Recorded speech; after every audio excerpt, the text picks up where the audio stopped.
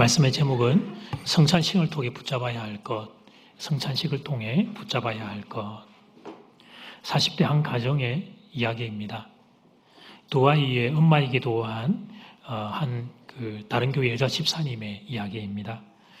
지난해 여름 휴가 기간에 시부모님을 모시고 동남아 여행을 다녀왔다고 합니다. 그래서 제가 통화를 좀 하면서 시부모님 모시고 가서 아침 식사 섬기느라고 집사님이 고생 많았겠어요. 그렇게 말했습니다. 그랬더니 아침 식사는 괜찮았다고 합니다.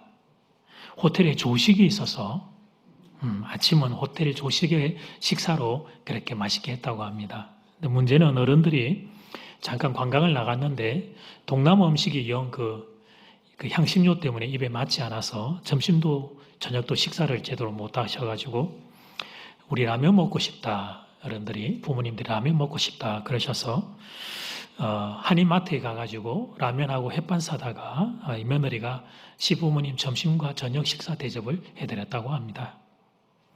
그래서 제가 아이고 고생 많았네요. 그게 라면만 끓이고 햇반만 데워가 나올 수가 없을 거고 반찬도 몇 가지 사가지고 와서야 될 테니까 그렇게 했더니 그 집사님이 웃으면서 이렇게 말을 했습니다. 부모님 두 분이 한 해 한 해 연세가 들어가시는데 언제 또 모시고 갈 수 있을지 몰라서 가시자고 해도 늘 사양하다가 웬일인지 이번에는 그래 볼까 그러셔서 어쩌면 마지막이 될지 모르겠다는 마음으로 그렇게 이번에 모시고 왔다 그렇게 말을 했습니다. 요즘 보기 힘든 참 예쁜 며느리입니다. 최근에 한국의 경우에 친정 부모님과 여행을 다니는 경우들은 이렇게 제가 보면 좀 많이 보이는데 시부모님과 여행을 다니는 경우는 흔치 않은 것 같습니다. 아들만 두신 부모님들에게 애도를 표합니다. 딸을 가지신 부모님들은 세금을 더 많이 내시기를 바랍니다. 그래도 우리 교회는 한결 낫습니다. 우리 교회 자매들은 얼마나 착한지 시부모님에게도 잘하는 줄 믿습니다. 물론 사이들이 장인 장모님께 잘해야 내 아내도 또 부모님께 잘하는 거죠. 서로 양가 부모님 잘 섬기는 자녀들 되기를 주의 이름으로 축복합니다. 제가 오늘 이렇게 잔소리를 하는 이유는 사랑은 내리사랑이라서 그래요. 위에서 아래로 내려오는 내리사랑이라서 그렇습니다. 저도 그렇습니다. 부모님 생각하는 것보다 자녀 생각하는 게 늘 먼저고 더 많아요. 자연스러워요. 그래서 자녀들 좀 사랑하세요. 이런 설교는 안 해도 됩니다. 전혀 필요 없는 설교, 자녀들 사랑하라는 설교. 자기 자식 사랑하는 거 오히려 너무 지나쳐서 문제죠. 지나쳐서. 그런데 치사랑은 아래 사람들이 윗사람을 사랑하는 것을 치사랑이라 그러거든요. 치사랑은 가르치면 안 되는 세상에 우리가 다 서 있습니다. 그런데 여러분 이런 정세는 하나님 아버지에까지 다 있습니다. 성도들이 하나님을 사랑하는지 안 하는지는 제가 잘 모르겠는데 사랑한다는 하나님을 사랑하세요라고 하는 표현에 대해서 조금 이렇게 느낌들과 분위기들이 좀 안 좋은 것 같습니다. 하나님은 사랑을 그렇게 많이 받았다고 말을 하면서 정작 하나님 사랑하는 걸 보면 참 많이 인색합니다. 시간을 들임이 인색하고 아깝고 하나님께 물질 드리는 게 아깝고 하나님께 마음 드리는 것도 아깝습니다. 아깝고 그저 아까울 뿐입니다. 그래서 어느 순간부터 한국교회에서 하나님 좀 많이 사랑하세요. 예수님 좀 많이 사랑하세요. 이런 말씀을 하면 약간 이걸 좀 왜곡되게 받아들이는 이상한 분위기와 느낌들이 있는 것을 보게 됩니다. 참 그런 우리들 받은 사랑은 많으면서도 정작 하나님 사랑하는 거, 예수님 사랑하는 거 잘 못하는 그런 우리를 향해 오늘 주님이 중요한 권면을 하십니다. 자, 오늘 첫 번째, 성찬을 통해 붙잡아야 할 것이 있다. 시작. 성찬을 통해 붙잡아야 할 것이 있다. 아멘. 천지를 창조하시는 순간 하나님의 포커스, 하나님의 주 시선이 쏠려 있는 한 대상이 있었습니다. 그 대상은 누굴까? 그 대상은 바로 여러분 인간입니다. 천지를 창조할 때 하나님의 포커스는 태양도 아니요, 달도 아니요, 바다도 아니요, 여러분 식물도 아니요, 동물도 아니고 인간입니다. 인간. 그래서 여러분 인간을 창조할 때 인간을 먼저 만들어 놓고 뒤에 환경을 맞춘 게 아니고요. 환경을 다 갖춰 놓고 우리가 자녀들 여러분 신혼집 장만할 때 도배 창판 다 하고 심지어는 한 3, 4일 정도 그 새 아파트 그거 뭐죠? 네, 새 아파트 전공 그거 다 빼낸다고 창문 다 열어놓고 그래 다 신혼여행 갔다 오면 들어올 수 있도록 우리가 다 장만하는 것처럼 천지를 다 만들어 놓으신 다음에 인간을 마지막으로 만들어 그곳에 안착시켜 주신 거예요. 아담과 후손들이 누릴 그 천지를 창조하시면서 하나님은 너무 행복하셨어요. 내가 사랑하는 나의 사람들이 살아갈 공간이다. 빛을 지으시고는 보시기 좋았다. 땅과 바다를 지으시고는 보시기 좋았다. 이 정도로 말씀하셨는데 땅의 주인공이 될 하나님의 마음에 가득 담겨있는 인간들을 지으신 후에는 자막을 보세요. 보시기에 심히 좋았다. 그렇게 말씀하셨습니다. 우리의 전문 용어라면 억수로 좋았다는 것입니다. 대끼리 좋았다는 것입니다. 여러분 우리도 사실 그래요. 부모가 되어 보면 친구들 집들이 갔을 때 친구가 새 집으로 들어가면 요즘 아파트들은 새 아파트들은 좀 좋잖아요. 에어컨도 위에 천장이 빌트인이고 여러 가지가 이렇게 장들이 빌트인으로 되어 있어서 새 아파트가 보면 우리 집에 없는 것들이 그게 있으니까 좋다 이렇게 이야기하죠. 이제 그 속 마음은 이거죠. 이제 남편한테 이 인간아 니는 뭐 하냐 이제 이런 게 거기 이제 들어가 있어요. 앞에는 좋다 그러면서 이렇게 좋은 아파트가 살고 싶은 정도의 표현을 해요. 그러다가 내 자식 신혼집 가서 보고 살 집 보기 좋으면 입이 찢어집니다. 너무 좋다. 제가 여러분 이사심만 가서 여러분 깨끗하고 좋은 집 계시는 거 보면 너무 좋아요. 제가 살 집 아닌데도. 제가 주책 맡기 가면 안방도 들어가 보고 막 그러잖아요. 그래가지고. 너무 좋아가지고. 그러니까 아버지의 마음이 이 천지 창조 가운데 담겨 있었던 거예요. 그런데 그렇게 귀하게 지원받았던 아담이 마귀의 유혹에 넘어가 죄를 짓습니다. 순간 의의 자리에서 죄의 자리로 전락합니다. 생명의 자리에서 죽음의 자리로 떨어지게 된 거예요. 이 순간 누가 가장 가슴이 아팠느냐? 그렇죠. 하나님이셨습니다. 그래서 불행의 늪에 빠져 있는 이 아담과 그 후손들을 회복시켜야 되겠다는 강렬한 소원을 하나님께서 품으십니다. 모든 걸 잃어버리고 축복과 생명을 다 잃어버리고 저주와 죽음 가운데서 신음하고 있는 그 아담과 우리를 생각하면 아버지 하나님의 마음이 갈기갈기 찢어져 나갔습니다. 아담을 하나님은 도저히 포기할 수가 없었어요. 여러분 이런 일이 절대로 일어나면 안 되지만 어떤 큰 교통사고가 나서 여러분 우리의 자녀들이 몸의 기능들이 일부분이 여러분 문제가 생겨서 정상적인 사회생활을 할 수 없다고 그래서 사회적인 기능이 망가졌다고 부모님 여러분의 자녀를 버리시겠습니까? 버릴 수 없죠. 부모는 자식을 버릴 수 없습니다. 의사 선생님은 회복이 불가능하다 선언할지라도 부모는 자식을 버릴 수 없습니다. 끝까지 포기하지 않고 자녀를 위해 희생과 헌신을 마다하지 않습니다.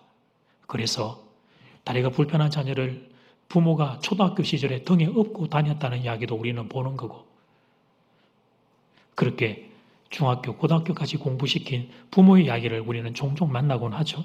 아버지 하나님의 마음이 바로 이것이었습니다. 그리고 그 아담과 우리를 살려내야 되겠다는 아버지 하나님의 마음에 터져 나온 결정적인 사건이 바로 예수 그리스도의 십자가 사건입니다. 우리를 살려내기 위해서 하나님이 당신의 하나밖에 없는 아들을 예수를 십자가에 올리신 겁니다. 죄가 없어야 우리의 죄를 대속할 수 있고 또 우리와 똑같은 인생이 되어야 우리를 대표할 수 있기 때문에 죄 없는 하나님의 아들이신 예수가 죄인된 인간의 모습으로 이 땅에 오셔서 우리를 대신해 십자가에서 대속해 주신 거예요. 그 순간 죄의 노예에서부터 하나님의 아들과 딸로 우리의 신분이 회복된 겁니다. 그래서 여러분 십자가는 하나님이 여러분을 얼마나 사랑하는지 보여주는 강력한 증거입니다. 그 십자가를 지시기 전날 밤에 예수님께서 제자들과 마지막 저녁 식사를 하십니다. 그게 오늘 본문 마태복음 26장의 내용입니다. 순서를 보면 세족식 역시 제자들이 나중에 알게 되죠. 내가 너희들을 얼마나 사랑하는지 잊지 말라는 주님의 사랑의 사인이었던 것이죠. 그리고 최후의 만찬과 이어지는 고별 설교입니다. 이 모든 흘러가는 과정 가운데 주님의 마음이 무엇인가를 오늘 이 본문 26절, 28절이 보여주고 있습니다. 그들이 제자들이 먹을 때에 예수께서 떡을 가지사 축복하시고 떼어 제자들에게 주시며 이르시되 받아서 먹어라. 이것은 내 몸이니라 하시고 또 잔을 가지사 감사 기도하시고 그들에게 주시며 이르시되 너희가 다 이것을 마시라.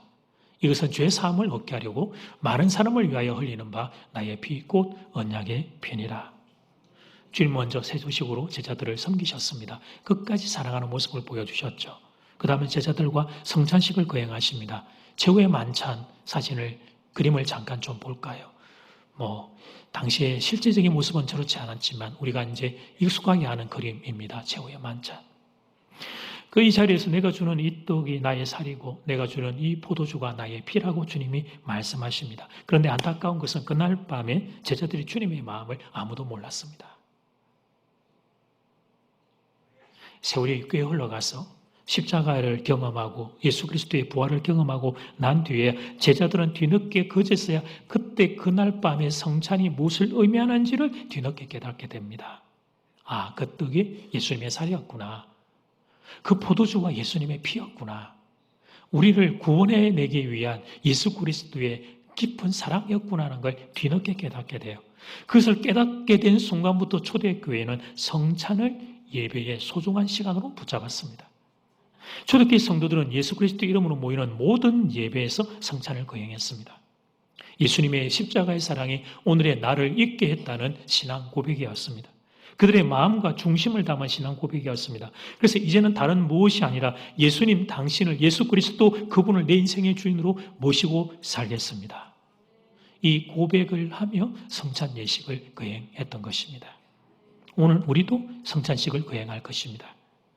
교회의 규모, 우리 교회가 이미 상당한 성도님들이 모이는 교회고 예배 시간 이런 것들을 우리가 고려해서 1년에 2차례 봄과 가을에 거행하고 있습니다만 사실은 매일 매주의 고백이 되어야 할 것입니다. 주님, 예수님 없이는 내가 없습니다. 예수님의 십자가의 사랑이 없이는 제가 없습니다. 이런 고백이 있어야 할 줄 믿습니다. 그 마음으로 오늘 성찬을 받는 것입니다. 바라기는 오늘 이 성찬이 우리의 중심을 담은 신앙 고백 되기를 주의 이름으로 축복합니다. 두 번째, 예수님의 사랑을 정말 알고 있는가? 시작! 예수님의 사랑을. 두 번째 생각해야 될 점이 있습니다. 그런데 그 이 사랑을, 십자가에 담겨있는 이 사랑을, 예수의 사랑을 내가 지금 정말로 알고 제대로 붙잡고 있는가라는 질문입니다. 여러분, 오늘 본문을 놓고 볼 때 제자들은 오늘 본문상에서 이들은 예수님의 사랑을 아직 잘 모르고 있습니다. 그들은 주님이 하시는 행동이 뭘 의미하는지 모릅니다. 세둑식의 의미도 모르고 성찬식의 의미도 모릅니다. 그러니까 무려 3년을 예수님과 24시간을 동고동락하고 따라다녔지만 같이 먹고 자고 마시고 그런 시간들을 보내었지만 제자들은 여전히 자기들의 생각 안에만 갇혀 있습니다. 십자가가 무엇을 의미하는지를 몰랐습니다. 아니, 알려고도 하지 않았어요. 좀 그놈의 십자가 이야기는 제발 좀 그만하라는 것입니다. 저주받은 그놈의 십자가, 수치스러운 그놈의 십자가, 듣기도 정말 지겨운 그놈의 십자가는 듣기도 싫고 생각하기도 싫으니까 예수님, 랍비요, 선생님, 제발 좀 그만 말하세요. 그게 제자들의 마음이었어요. 그런데 이런 안타까움은 우리도 예외가 아닙니다. 제자들만 그런 게 아니도 우리도 십자가에 대하여 이런 생각, 이런 태도가 너무 많이 있습니다. 십자가에 담긴 사랑의 깊이를 잘 모르는 것입니다. 오랜 세월 교회 다녔다고 하는데 그렇습니다. 신앙생활을 하는데 우리가 생각하기에 중요한 것들만 바라보고 붙잡고 신앙생활을 합니다. 가만히 보면 가슴들을 보면 예수님을 통해 많은 사랑, 깊은 사랑 받은 사람들이 그 사랑 받은 모습들이 잘 보이지를 않아요. 아, 왜 이렇게 불평이 많고 저것도 왜 이렇게 원망이 많은지, 왜 이렇게 입을 열면 불평이요 원망이요 늘 내 자신은 초라하고 비참하고 얼굴은 자꾸만 찡그러지는지, 예수님을 통해 그 사랑받았다는 사람들이 사랑받은 흔적은 없고 우리의 가슴들이 이렇게 황량하고 이렇게 바삭바삭 메말라 있는지 모르겠습니다. 저희 이 선언에 동의하지 않는 분들이 있을 것 같아서 한번 우리의 마음들을 확인하는 작업을 해보겠습니다. 과거 제가 서울에서 양육했던 청년들 중에 부부가 된 가정이 있습니다. 제 전공이 커플 맺기라고 했잖아요. 여기도 많지만 서울도 커플이 많거든요. 그 커플들 중에 한 가정이에요. 그때 20대였는데 세월이 지나서 이제는 40대가 그 친구들이 되었습니다. 3월 초에 그 한 가정이 두 아이를 데리고, 초등학교 다니는 두 아이를 데리고 저희가 인사를 하겠다고 부산을 내려왔습니다. 그리고는 와서는 목사님 목회에 좀 사용하시면 좋겠어요. 그리고 저한테 봉투를 내밀었습니다. 아직은 목사님 저희가 이것밖에 못 들어서 죄송합니다. 그리고 봉투를 내밀었습니다. 금액을 공개하겠습니다. 120만 원이 딱 들어있었어요. 그래서 제가 예쁜 마음을 받아서 우리 교회 청년 2명을 선정을 해가지고 제가 장학금을 전달했어요. 두 청년에게 이 사연을 이야기하고 너희들도 나중에 이렇게 멋진 축복의 통로가 되는 인생이 되라. 그렇게 이제 축복하면서 그렇게 전달을 해 주었습니다. 사실은 이 청년들도 옛날에 20년 전에 제가 서울에서 그렇게 사랑을 주었던 거죠. 이제 그걸 받은 걸 더 크게 이제 갚는 건데. 그런데 여러분, 이 사람들이 두 아이의 부모입니다. 지금 초등학교 다니고 있는 아이들 교육에 들어갈 돈이 한참 부족할 때입니다. 그리고 여러분, 저하고 헤어진 지가 16년이 되었습니다. 그런데 과거에 제가 그들에게 주었던 사랑, 그 작은 사랑 갚겠다고 찾아온 거예요. 사실 이 가정은 이번 한 번이 아니라 봄이 되면 그 이전에도 몇 번씩 우리가 사랑의 국수할 때 사랑의 국수도 보내주기도 하고 그랬던 가정입니다만 그 젊은 사람들을 보면서 오히려 제가 배우게 됩니다. 나는 과연 이 사람들만큼 받은 사랑에 대하여 감사를 표현하면서 살고 있는가 저를 돌아보고 반성을 하게 됩니다. 그날 감사 노트에 그런 것들 좀 썼어요. 이런 제자가 있어서 너무 자랑스럽고 감사하고 또 저도 배워서 받은 사랑에 감사를 표현할 수 있는 사람이 되었으면 좋겠고 그런 소원들을 제가 이제 적었는데 이 이야기를 듣는 순간 아마 이제 여러분에도 머리에 떠오르는 분들이 그런 분들이 계실 거예요. 오늘 좀 말씀 들으니까 내가 이 고난주간, 부활절로간에 찾아가서 내가 감사 인사를 드려야 될, 그분한테 찾아가서 인사를 해야 되겠구나. 아마 이런 분들이 떠오르실 겁니다. 그런데 여러분, 우리가 찾아가서 감사를 표현하고 인사를 해야 될 많은 인생들, 많은 분들 중에 제가 묵상해 보았어요. 최고가 누군가, 가장 큰 사랑을 내가 받아서 꼭 찾아가서 인사해야 될 분은 누군가? 저는 개인적으로 생각할 때 예수 그리스도가 그 주인공이라 믿습니다.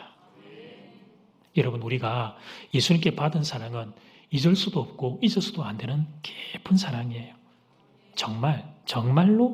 정말로 그분이 십자가에서 나를 위해서 그 고통을 받아내어 주셨다면, 진짜 그게 사실이라면, 그래서 영원히 죽을 수밖에 없는 내가 영원히 사는 천국 백성 되었다면, 다시 말씀드립니다. 그게 정말 사실이 맞다면, 여러분, 우리가 그 사랑을 어떻게 잊을 수 있을까요? 그게 진짜가 맞다면 말이죠. 그런데도 우리는 그 사랑을 너무 많이 까먹고 삽니다. 물론 항상 뜨거운 감정이 남아있자고 주장하는 것은 아닙니다. 여러분, 부부의 사랑도 더 아니면 막 뜨거워서 타버릴 것 같은 뜨거운 부부의 신혼 초의 부부의 사랑도 한 6개월 지나고 1년 지나면 다 식기 마련이니까. 그래서 여러분, 부부들이 한 10년 이제 부부 생활하게 되면 그다음부터는 왜 그 이런 사랑으로 산다고 말하잖아요. 동지애로 산다, 의리로 산다, 전우애로 산다. 이제 이런 이야기들이 흘러나오곤 하잖아요. 그래서 여러분, 오래전에 이것을 알았던 우리의 인생의 성비들이 부부를 위하여 이런 노래를 만들어 놓았던 거예요. 전우의 시체를 넘고 넘어 앞으로. 군가가 아니고 이건 부부가예요. 전우의 시체를 넘고 넘어 앞으로. 그래서 이 부부가 이렇게 싸우다 보니까 피 흘림이 우리 가운데 많이 있죠. 그러니까 막 시체를 밟고 넘고 넘었으니까 우리가 가고 있는 거예요. 그러나 지금 웃자고 드리는 말이지만 이 말도 좀 깊이 생각해 볼 필요가 있는데, 동지의 전후에 이 말이 가족끼리 왜 이러세요? 뭐 이런 농담이 사실은 사랑의 또 다른 깊은 표현이었던 것입니다. 신혼 때 뜨거운 감정이 없는지는 몰라도 배우자를 향하여 깊은 마음이 있는 거예요. 믿음이 있고 신뢰가 있는 거예요. 저 사람은 내 옆에 항상 같이 있어주겠지. 저 사람은 그래도 내 편이구나. 누가 뭐라고 해도 저 사람은 내 편이구나. 나를 지켜줄 내 편이 있는 거예요. 그게 오래된 부부의 사랑, 찐 사랑이에요. 그래서 배우자가 아프면 그게 그렇게 걱정이 되고 또 새벽 1시, 2시에도 좀 많이 아파하면 내 귀찮고 자고 싶고 그래도 일어나서 같이 배우자가 서로 남편의 아내가 아내를 남편을 데리고 응급실로 함께 같이 가주어서 보호자 이름에 다 그렇게 이름을 쓰는 그 사랑, 그게 오래된 부부들의 진짜 사랑입니다. 마음 깊은 곳에, 그 바깥에 보면 별로 안 사랑해 보이는 것 같지만 마음 깊은 곳에 그 배우자가 자리하고 있는 것. 신앙생활도 똑같습니다. 신앙생활이 더하면 더할수록 예수님과도 이런 관계 가운데로 나아가야 합니다. 마음 깊은 곳에 예수님이 자리하는 것입니다. 처음 우리가 예수 믿었을 때 그 첫사랑의 막 뜨거운 감정은 설사 좀 사라졌다고 할지라도 내 마음의 건조의 깊은 곳에 예수님이 자리하는 겁니다. 부부가 서로를 생각하듯이 성도도 예수님을 생각하는 거예요. 이게 제가 적합한 단어를 못 찾아서 애틋한 마음 이랬는데 예수님을 생각할 때의 그런 애틋한 마음들, 예수님 생각하면 참 고맙고 또 죄송하고 미안하고 또 그러면서도 그 주님 너무 고맙고 이런 애틋한 마음이 예수님이 생각할 때 우리 마음에 있어야 한다는 거죠. 그래서 한 걸음 더 나아가면 그런 마음들이 다 깊어지면서 예수님을 의지하고 사는 길이 뭔지를 이제 알게 되는 거예요. 부부가 인생을 살 때 서로 남편과 아내가 서로를 의지하며 살아가듯이 성도 또한 그 예수님을 의지하고 살아가는 이 길들, 이 경험, 이것을 나의 비밀로 붙잡아야 한다는 것입니다. 그러면 우리 이 시간 저와 함께 같이 좀 점검해 보기를 원합니다. 지금 내 마음에 예수님의 사랑이 자리하고 있는지를 점검해 보는 거예요. 제가 펄펄 끓고 있는 뜨거운 감정이 있는가를 물어보는 것은 아니에요. 그러나 최소한 내 마음에 예수님이 지금 계신다는 것은 느껴져야 합니다. 예수님의 사랑을 생각하면 그게 참 내게 고마움으로 한 번씩 이렇게 벅찬 감격이 되어야 합니다. 또 죄송하고 그렇게 살지 못해서 미안하고 그런 마음도 우리 함께 같이 공존해야 합니다. 그리고는 최종적으로는 그 예수님을 의지하고 살 수 있는 마음이 되어야 합니다. 어렵지만 힘들지만 눈물도 나지만 그래도 예수님이 계시니까 그래도 예수님이 계시니까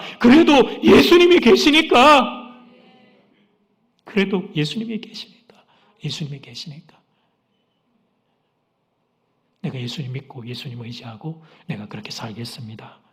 이런 고백들이 나올 수 있는 것, 이것을 예수님 사랑한다 그리 말한단 말이에요. 예수님의 사랑이 내 안에 자리한다 그렇게 말하는 거죠. 여러분은 어떠신지 물어봅니다. 예수님의 사랑이 지금 여러분 마음 안에 자리하고 있습니까? 김창호 교수님의 강의에 게스트로 참가했던 한 자매의 청년 자매의 사연입니다. 어린 시절 자매가 지방에서 살았습니다. 그런데 부모님이 종종 다투셔서 그게 이 자매의 마음의 상처가 되었습니다. 하루라도 빨리 집을 떠나고 싶었습니다. 고등학교를 졸업하자 서울로 도망을 쳤습니다. 직장을 구하고 사회생활을 했습니다. 그런데 서울생이라는 게 얼마나 벅차고 힘든지 사람들 사이에서 치여서 때로는 숨도 쉬기 힘든 날들이 있었어요. 나중에는 몸과 마음이 함께 무너져 내렸습니다. 나쁜 생각도 들었어요. 우울증이 찾아오고 이러면서 극단적으로 나쁜 생각도 막 찾아오고 그랬던 그때 신기한 건 인생이 밑바닥에 떨어지고 완전히 나는 버림받았고 아무도 나를 기억하지 않는다고 생각하던 그때 고향의 부모님이 생각난 거예요. 자기가 그토록 싫어했던 부모님. 근데 그 부모님은 나를 사랑하고 있다는 게 이상하게 느낌이 오는 거예요. 한계가 있는 부모님이셨지만 그래도 그 부모님이 생각이 났어요. 그래서 그 부모님을 생각하고 자매가 나쁜 생각, 그 극단적인 생각을 미루어내고 접어버리고 그 부모님 계시는 고향으로 귀향을 했습니다. 그 자매가 한 고민은 이거예요. 자기에게 있는 이 이중적인 마음의 정체가 뭔지 모르겠다는 거예요. 아빠, 엄마가 부끄러워서 빨리 떠났던 마음이 있는데 그런데도 내 인생의 밑바닥에서 그 부모님의 사랑이 생각이 나서 살고 있는 이런 나는 어떤 존재인가? 이게 이제 궁금하다는 사연이었어요. 여러분, 제가 그 질문에 대해서 답을 드리겠습니다. 다 나를 버리고 떠나도 나를 버리지 않고 나를 떠나지 않는 사람이 있는데 그분이 바로 부모님이셨던 겁니다. 그 부모님의 사랑이 이 자매를 살게 한 힘이 되었던 것입니다. 아무도 내게 관심이 없지만 그래도 최소한 부모님은 나를 사랑하신다. 부모님은 나를 포기하지 않는다. 이 생각이 이 자매를 살게 한 힘이 되었던 것입니다. 똑같습니다. 성도가 살 수 있는 힘은 예수의 사랑에 근거합니다. 세상이 나를 보고 뭐라고 할지 몰라도 예수님은 나를 사랑하신다. 망가지고 깨어지고 형편없는 나, 세상에 이런저런 기준에 한참 부족한 나, 그래서 어느 사람들도 주목하지 않는 그런 나, 그런데 이런 나를 예수님이 사랑하신다. 그런데 이런 나를 예수님이 사랑하신다. 이 믿음, 이 확신이 성도를 살게 하는 것입니다.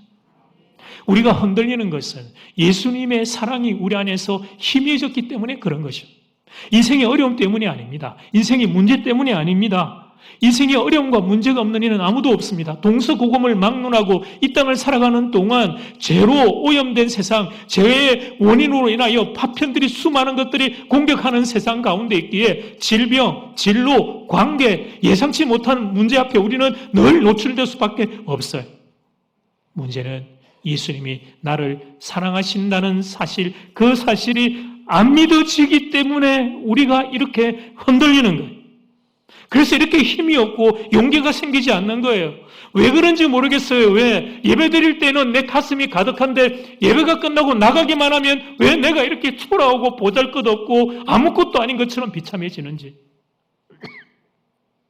다른 이유가 아니에요.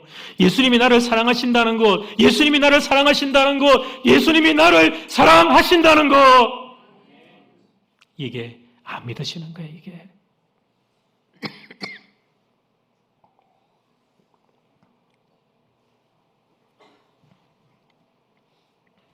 사랑하는 교우들이여, 예수님 여러분 사랑하십니다.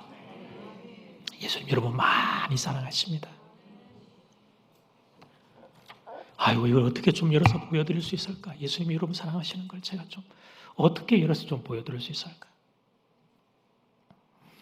근데 저희 이 선언이 잘 안 믿어지는 분들이 있을 거예요. 맞아요, 맞아. 그게 문제인 거예요. 그게 다른 게 아니에요. 예수님이 나를 사랑하신다는 게 이게 잘 안 믿어지고 잘 안 붙잡혀지는 거예요. 그게 문제인 거예요, 그게. 그래서 예수 그리스도가 성찬을 제정하신 겁니다. 너희들로 살아갈 때 공고한 인생길, 곤비한 인생길, 또 우리는 늘 흔들리고 의심 많은 인생이어서 예수 사랑에 희미해질 그 순간마다 성찬 받으라고, 예수님이 아낌없이 주신 살과 피를 받으라고, 내가 너를 얼마나 사랑하는지를 다시 한번 붙잡으라고 예수님 성찬을 제정해 주셨던 거예요. 그 사랑 가슴에 가득가득 채워서 험한 세상 믿음으로 강건하게 살아가라고 성찬을 제정하시고 오늘도 그 사랑을 부어주시는 것입니다. 오늘 시간 성찬을 받을 때에 예수의 사랑이 여러분의 가슴에 다시 불이 되기를 소원합니다. 다시 힘이 되기를 소원합니다. 다시 희망이 되기를 소원합니다. 다시 권세가 되기를 소원합니다. 하나님의 그런 은혜 부어주시기를 주의 이름으로 축복합니다. 아멘.